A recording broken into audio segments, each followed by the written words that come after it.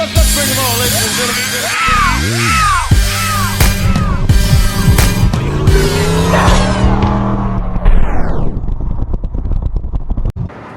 So we're back to this familiar site on my why I hate my On3 turbo video. Basically shows me taking off the header and examining where I had the blow by or the blowout gasket and me trying to fix it. So instead of me doing it the correct way, I kind of half-assed it and just tried to throw some ultra copper on there and a rim flex gasket with some Proform header bolts, and was fairly confident that I was going to seal. I was wrong. So instead of blowing out the number 3, it blew out the number 4. So what I'm going to do is take it to PER. That's out in Plainfield, Illinois. They're going to look at it and see if they can fix it. You know, I've been dealing with this ever since I got the dang on header. It's always had some kind of tick coming from over here, and you'll see in a second why I was always having issues with getting this thing to seal.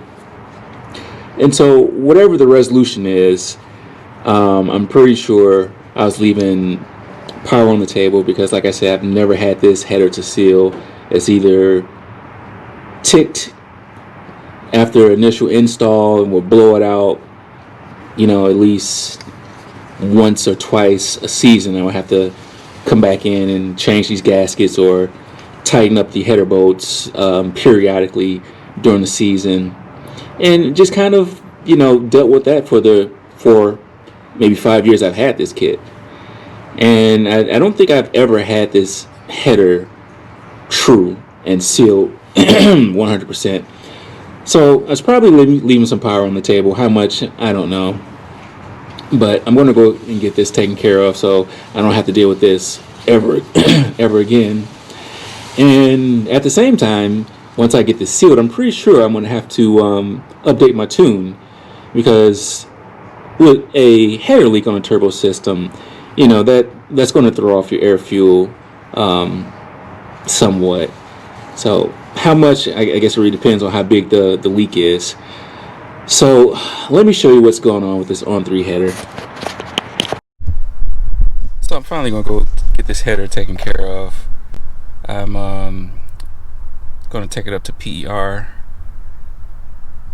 engine building and performance, out, and I think that's in Plainfield, Illinois. But I wish I can show y'all how bad this dang thing is warped. You know, it's almost like a seesaw. Let's see.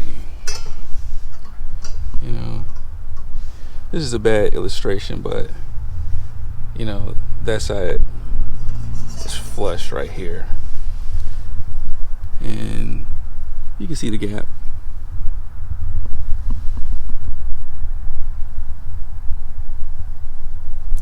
So I don't know if I'm gonna have to get a flange welded on this, because this thing is so warped, or if they can mill it. I don't know if I mill it, might come back and haunt me later. So we'll see what the experts say.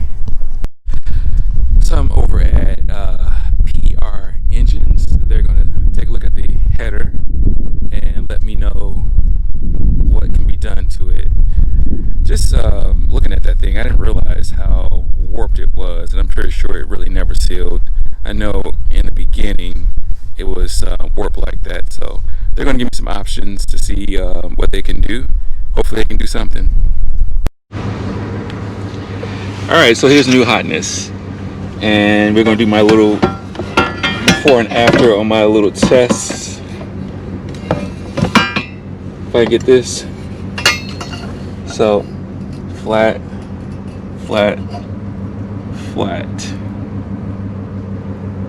So we'll definitely see how this, excuse me, I got a mask on if I sound like Bang. you definitely have to. We're going to hook this back up and see how much better it runs. We're going to get a dyno going on it too. I wasn't able to get a dyno because it was constantly leaking. It's off season right now, so I'm not going to be able to take it to a track, but we're going to get some dyno pulls on this thing.